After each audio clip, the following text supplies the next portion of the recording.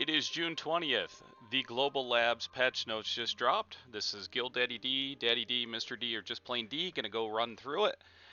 As we look here, we are starting with the Executioner of Destruction, aka Big Duskwing. The being who is told through ancient prophecy is ready to wake up, and this is through Duvinkroon. The chief Durgiv, the village chief of Duvinkroon, is looking for a powerful guild to dominate this violent but beautiful dragon. So, the legendary Doomcaller is finally ready to awaken. This is going to be obtainable from large-scale PvP battles like Conquest War and War of the Roses. You'll earn the right to summon this Doomcaller majestic flying mount. In order to achieve getting this for your guild, you have to talk to the NPC, the village chief of Duvinkroon. You have to complete the experimental base management of Garmos Nest at the Ember Altar. And then you can acquire the summoning mount for the guild stable. To get this, you need to complete the commission, the Guild Trial of Destruction, and when you win an unlimited occupier, or when you win a battle, the guild leader of the victorious league or guild will be able to acquire a Trail of Sealed Destruction, and the guild will be able to acquire 12 signs of guild destruction when using the item.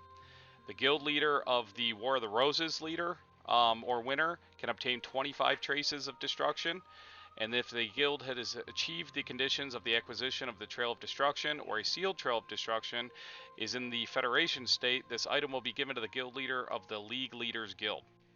And then you just basically take it to a guild stable and register it. It's going to become a guild mount. If you have the roles to manage the guild mounts, you'll be able to take this out. It can be summoned by a new skill, Executive Declaration, that's been added into the guild skills. And then when a stronghold occupation battle begins, the executor of the summoned will be automatically left to the guild custodian, who will be assigned to the guild. I'm going to guess Yang Depot is maybe Mount Depot in the Mercenary Guild Gallery during the unrestricted occupation. You can see it if the Battle of the War of the Roses or Siege War is not in progress. You can see it there in the event of an occupation. When you're summoning the Executor of the Doom, you can bring it right to the side of the adventurer through the vehicle UI. And here's its skills. It can throw a fireball down. It's called Flame of Destruction.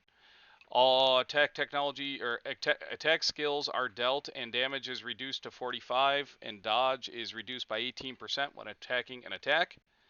Flames of Hell, after lowering to the altitude of the ground, it collects the Flames of Hell and burns all the ground. So they deal damage and knockback. And when attacking, the attack ignores fall, burn, damage, or defensive skills. The Roar of Destruction lowers to the ground, then fly to the front and roar. Increases the, looks like wrath of an ally. We're going to say increases the attack of an ally by 2.5% for 30 seconds. So this looks like a fun guild mount. It also flies up to 33% more compared to the Nightwing. Improved movement to be smoother during flight. Added left and right movements through the AD key. Added front and back movements through the WS key, and smoothly improved the reorientation during flight. So they tweaked it. So they used all of our flying on the Duskwing to make this a smoother mount. So moving along, the characters, the Valkyrie, when the Celestial Window is in the midst of a cooldown, the linkage has been modified since the Celestial Window skill. So maybe when it's in cooldown, it's modifying the flows. I'm guessing that's going to say.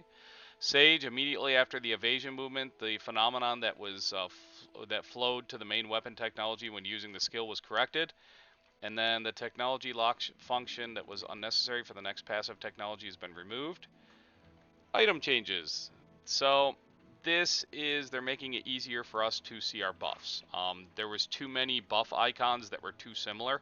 So they're changing the Vel's Heart buff, the Heart of Khan of Destruction buff icon that shows up on your buff bar, as well as the Giovan's and Florin's book.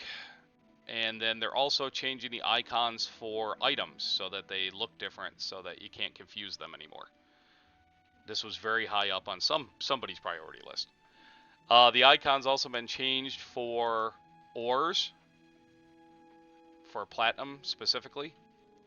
And then the description of the items of the trade processing products, so trade packs, has been improved so that the packaging skills of the affected workers can be checked. And then they're changing a lot of these trade boxes, so maybe this is the beginning of major trade changes, who knows. The word how to use and how to acquire an ancient tank item description has been changed to where it was used and where it was earned. Monsters, it has been modified to allow you to acquire the knowledge from the next monster summoned from the bowl of Chugung Palace. Node Wars, it says it's been circulated, but they've been rotated.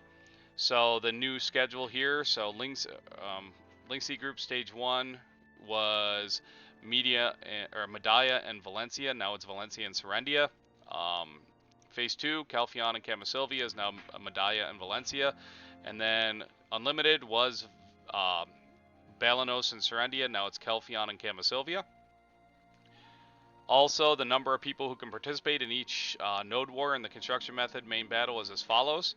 So, Balanos and Serendia, 550 gear score. Medaya, 720 combined gear score. Valencia, 720. Calpheon, no limit. And Camasilvia, no limit. And it's limiting you to, let's see, Sunday, 35, 55, and then 35, the rest of the board. So, for those of you who do node wars, I'm sure you'll be referring to this. In order for the land exposure, the Stronghold UI has been changed according to the circulation, so that just means that they synced everything.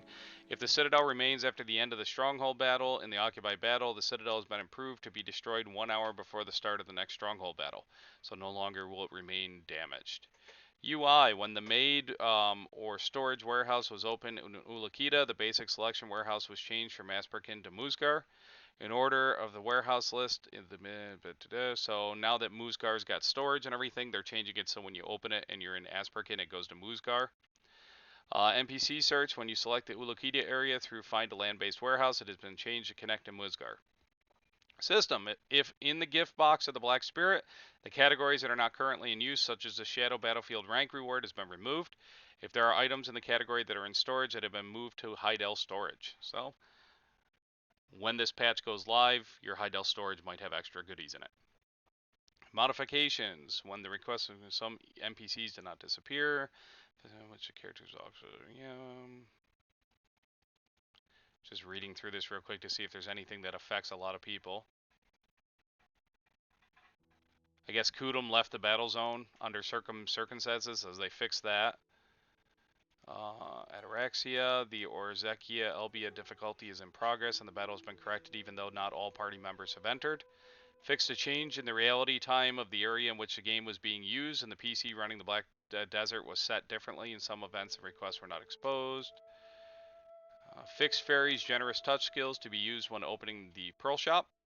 And fixed a phenomenon where you can use chunks of brown sugar while you're on horseback.